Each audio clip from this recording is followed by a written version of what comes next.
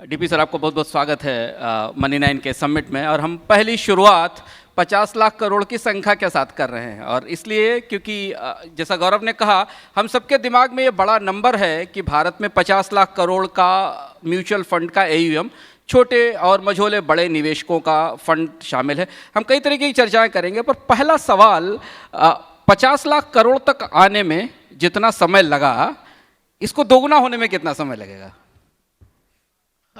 सबसे पहले तो बहुत बहुत बधाई आपको, बहुत बहुत शुभकामनाएं। इतना बढ़िया आपने फंक्शन किया, और TV9 ऐप के लिए, मनी ऐप के लिए बहुत बहुत शुभकामनाएं आपके लिए।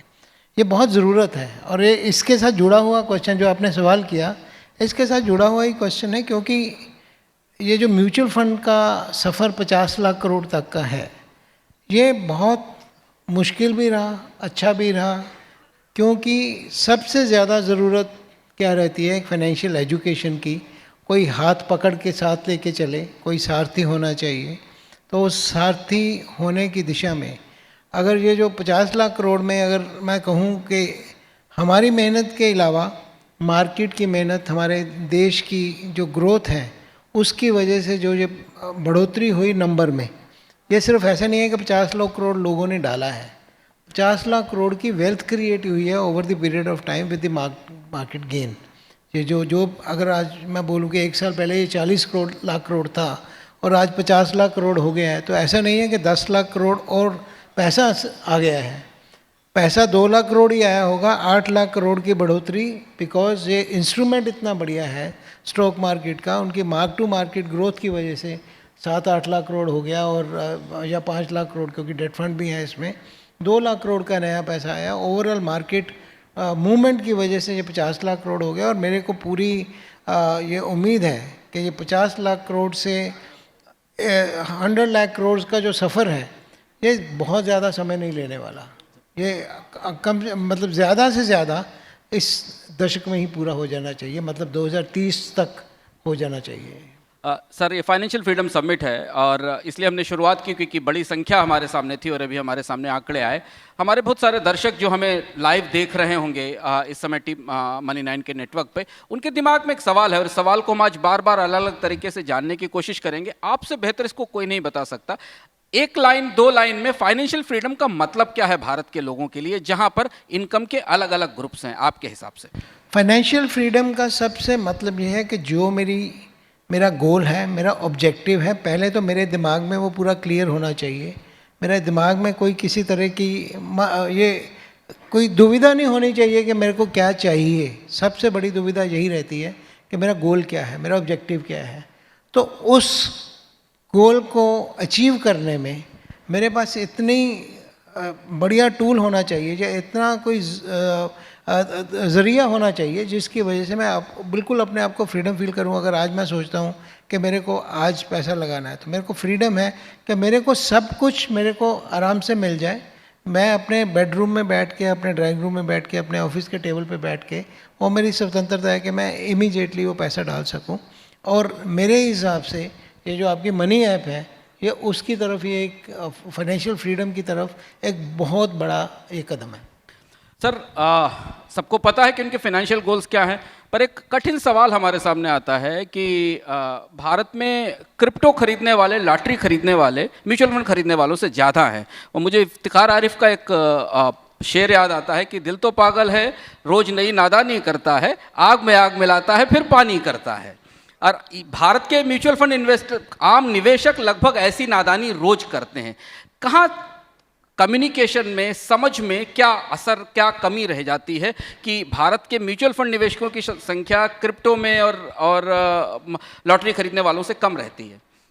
उसका सबसे बड़ा कारण यही है कि ये जो फाइनेंशियल एजुकेशन है, या आर्थिक ये जो एजुकेशन का लोगों को अभाव रहता है, लोगों को ये समझ नहीं आता, और हर एक बंदा ये चाहता है कि मेरा पैसा बस डबल हो जाए, मेरा पैसा कम से कम समय में ज़्यादा से ज़्यादा बढ़ जाए। और जहाँ पे कोई नॉलेज नहीं होती, या जैसे क्रिप्टो करेंसी का, सब ने जिन लोगों से भी मैंने पर्सनली भी बात की, निजी तौर पे किया, तो वो कहते हैं यार कोई बात नहीं, मेरा इतना 10 लाख है तो 1 लाख इधर डाल दिया, नहीं भी डूब भी जाएगा तो क्या बात है।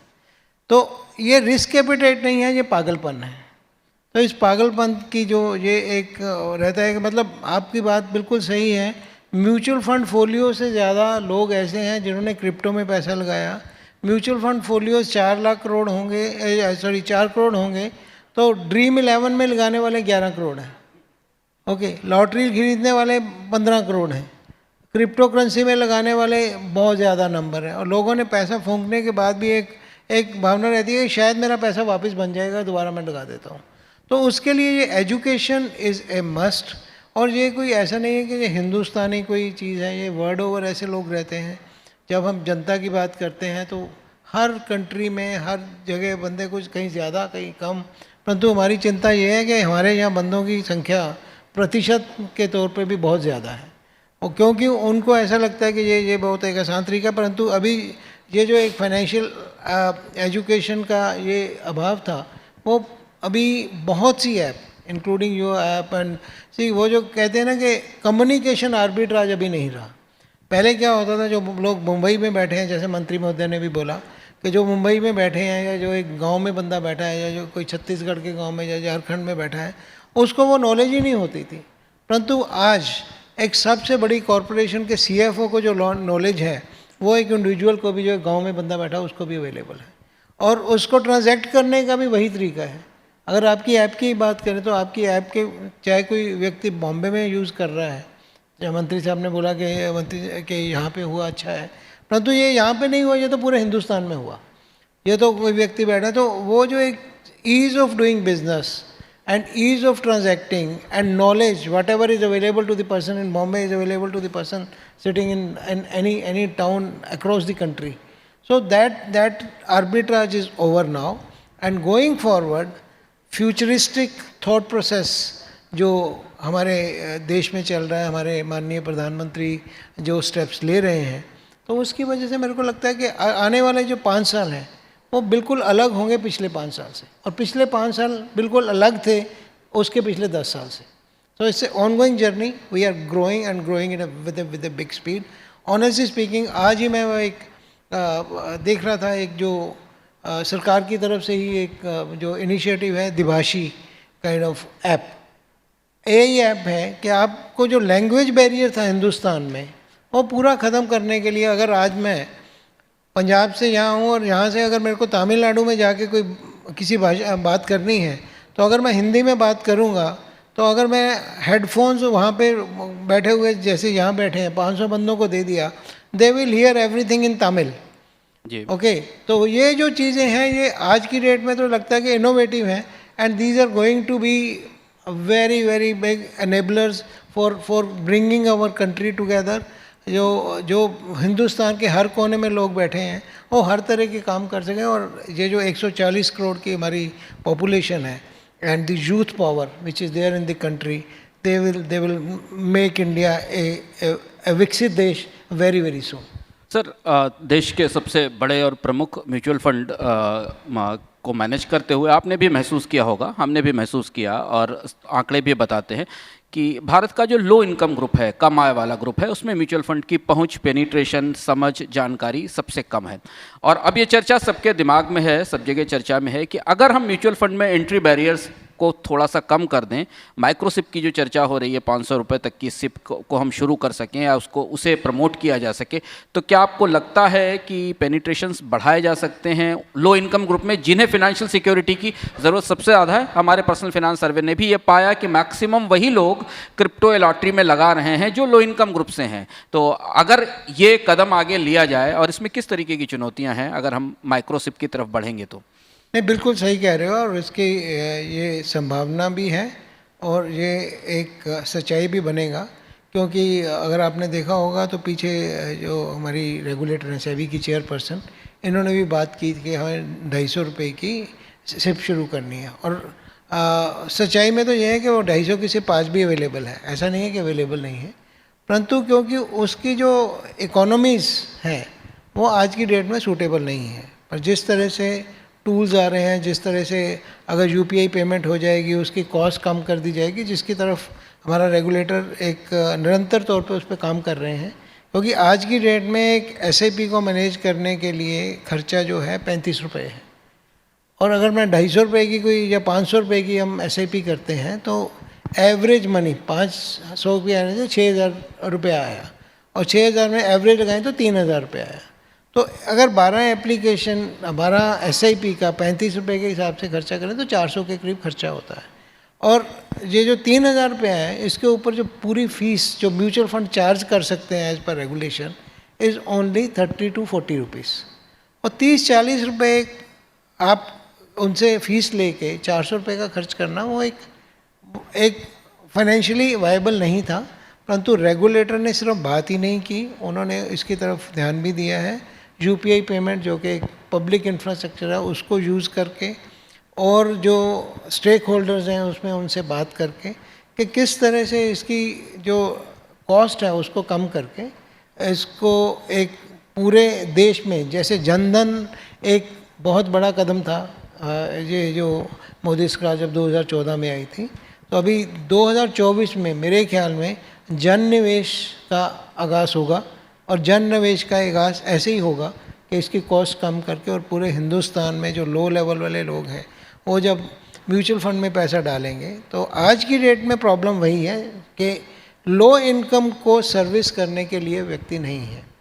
एक डिस्ट्रीब्यूटर के लिए, एक फंड हाउस के लिए उस लेवल पे सर्विसिंग का जो मिनिमम कॉस्ट है वो नहीं आ रहा है। उसकी तरफ पूरा रेगुलेटर, सरकार, फंड हाउसेस सभी काम पे लगे हुए हैं। Is matter of 3 to 6 months I think will see that this is they are up and running.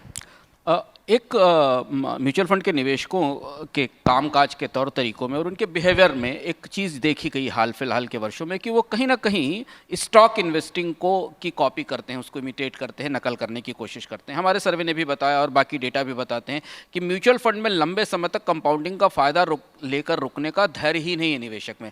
12 से 18 महीने में लोग इन्वेस्टमेंट बेचकर बाहर निकल जाते हैं, और ये शायद स्टॉक्स की इन्वेस्टिंग का जो ओवर डाउनलोड है वो कहीं उनको प्रभावित कर रहा है। और ऐसी स्थिति में जैसा आप लगातार कहते रहे कि जब तक हम रुकेंगे नहीं लंबे समय तक, तब तक कंपाउंडिंग के फ़ायदे नहीं मिलेंगे।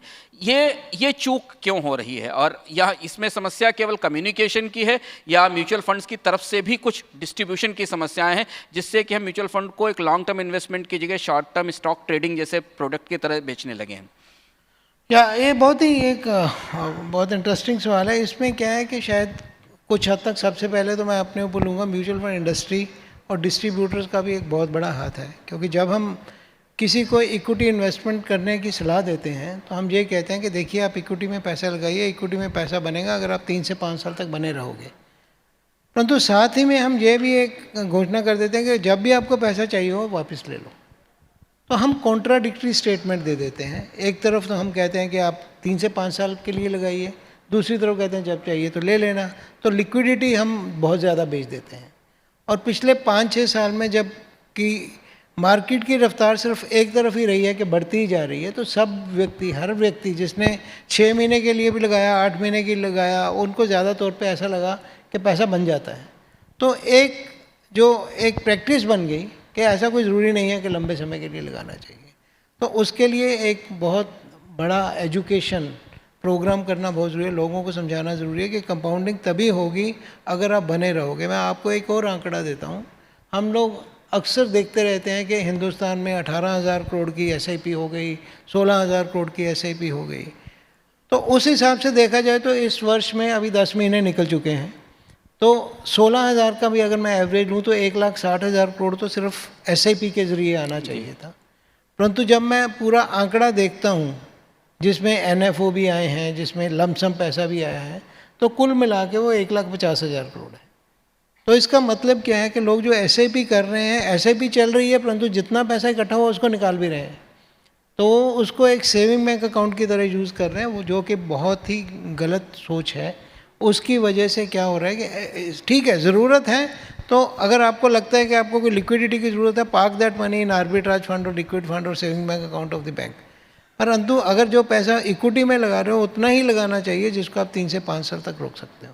नहीं तो कोई ऐसा भी समय आएगा जब ड्रॉडाउन होगा। ड्रॉडाउन का मतलब है जब मार्केट नीचे जाएगी, तो उस वक्त आपको नुकसान हो सकता है। तो ये उनको समझाना बहुत ज़रूरी है। 3 से 5 साल में अगर मार्केट कभी नीचे भी गई भी, 6 महीने नीचे भी रही, साल नीचे भी रही, तो over the period of 3 years पैसा बन जाएगा। तो ये समझाने के लिए आई थिंक ये हमारी भी जिम्मेवारी है। आप तो बड़ी जिम्मेवारी से काम कर ही रहे हैं, मैं तो ये आपको समझा नहीं सकता कि आपकी जिम्मेवारी है, क्योंकि आप तो जिम्मेवारी के ऊपर पूरा उतर ही रहे हैं। तो हमें भी करना है, लोगों को भी बताना है, और ये उनको अगर क्रिप्टो से, उनको अगर लॉटरी से बाहर निकालना है तो इस एजुकेशन को और बढ़ाना पड़ेगा, जिसमें सरकार का भी बहुत बड़ा योगदान रहेगा, रेगुलेटर का भी रहेगा। कि जैसे जनधन, अभी मेरी तो यही इच्छा है कि जैसे भारत सरकार ने आते ही जनधन की, स्वच्छ अभियान की बात की थी, अगले जब टर्म आएगी तो उसमें जन निवेश का भी बात होगा, और तब ये चीज़ जब पूरा इकोसिस्टम ऐसा बन जाएगा तो I think our market will be at a different level, जो कि हम सोच भी नहीं सकते। मैं आखिरी सवाल की तरफ चलूं। मेरे पास 3 मिनट का समय टाइमर में दिख रहा है, बल्कि 4 मिनट का समय है। 2 सवाल लेने का स्पेस है मेरे पास, हमारे पास दर्शकों से और ऑडियंस से। जो लोग अगर आपके कोई सवाल हो तो आप अपनी जगह से हाथ खड़ा करें, हमारी टीम के लोग आपके पास पहुंचेंगे माइक लेकर, और हम आपके 2 सवाल शामिल कर सकते हैं, और फिर उसके बाद आखिरी सवाल के लिए हम डीपी सिंह जी के पास चलेंगे।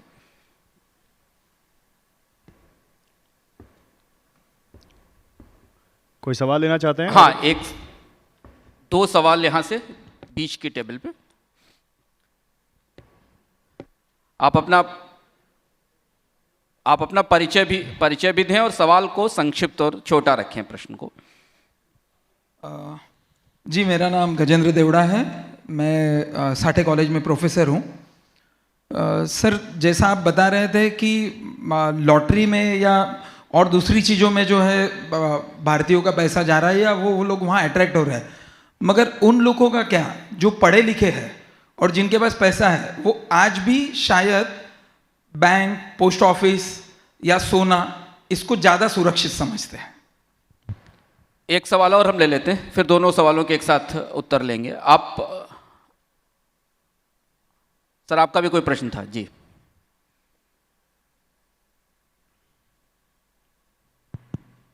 Hello, good afternoon sir. मैं रविंद्र गुडबोले, मैं नासिक से आया हूँ, भोसला मिलिट्री कॉलेज से। वहाँ मैं मास्टर्स इन जर्नलिज्म कर रहा हूँ।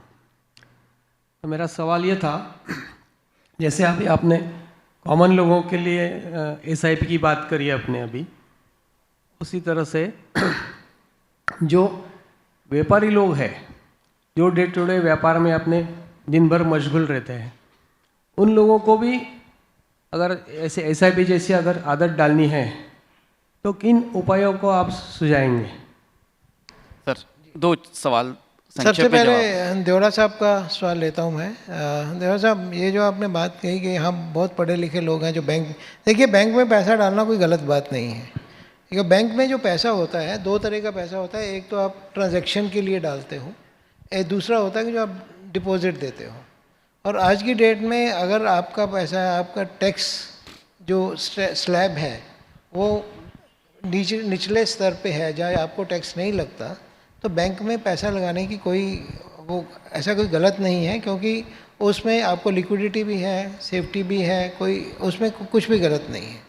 और जहाँ तक सवाल है, दूसरा आपने सवाल किया था कि गोल्ड वगैरह में, तो gold is one of the asset classes, right. आज की डेट में हम भी जब बात करते हैं तो हम अपने मल्टी एसेट एक कैटेगरी है उसकी बात करते हैं, जिसमें इक्विटी में भी पैसा लगता है, डेट में भी लगता है, गोल्ड सिल्वर में भी लगता है। तो उसमें एसेट एलोकेशन के तौर पे गोल्ड में पैसा लगाने में भी कोई दिक्कत नहीं है, परंतु उसका एक जिसको कहते हैं एक सीमा होनी चाहिए, और सीमा के अंदर लगाए हर एक बंदा। हिंदुस्तान में क्या पूरे वर्ल्ड में ये जो एसेट क्लास है, इसमें डिफरेंट एसेट क्लास में पैसा लगाना है, परंतु हमें प्रेम थोड़ा ज़्यादा है एक रियल एस्टेट के साथ और गोल्ड के साथ। रियल एस्टेट का काम तो अभी थोड़ा सा कम हुआ है कि लोग अभी ज़्यादा रियल एस्टेट में उसी में पैसा लगा रहे हैं जो अपने यूज़ के लिए, और वो लगाना भी चाहिए, वो तो होगा ही। परंतु गोल्ड में with in limit, with in asset allocation कोई दिक्कत नहीं है उसका। और आज हर एक व्यक्ति को मैं तो ये कहूँगा जितना, क्योंकि आज की बैंक में डिपॉजिट रखना उसका भी रीज़न होता है कि ट्रांजैक्शन, क्योंकि आज हम ये जो ऐप्स हैं जो यूपीआई के थ्रू पेमेंट्स करते हैं, जो पहले हम कैश देते थे, अभी वो बैंक अकाउंट तो आएगा ही आएगा, और ट्रांजैक्शन का पैसा भी बैंक में रहेगा, उसमें गलत नहीं है। पर बैंक में पैसा लेज़ी तौर पे बहुत लंबे समय तक रखना तो एक जुर्म है।